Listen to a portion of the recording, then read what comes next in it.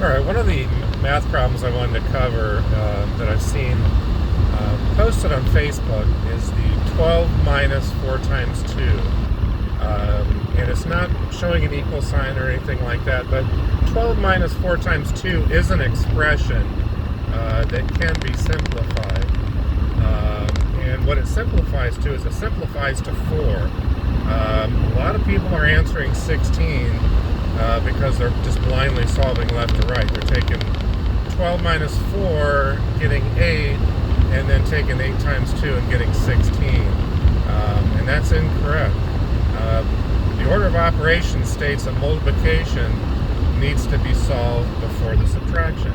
It's always been that way. The order of operations really is centuries old. Multiplication is literally defined as repeated addition. And in this case, we're subtracting 4 times 2. It's 12, and then we're subtracting 4 times 2. Well, 4 times 2 is 8. 12 minus 8 is 4. There's just no other way to look at it.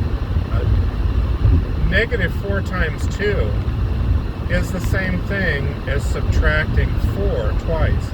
When we think about it, what does 4 times 2 mean?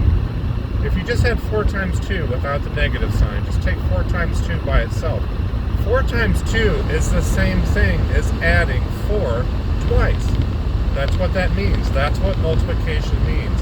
Unfortunately, a lot of people are assuming you just solve left to right because you read a sentence left to right. But what's happening is people are not understanding the relationship between multiplication, division, addition, and subtraction. If people understood those relationships better, they would realize why the answer is 4.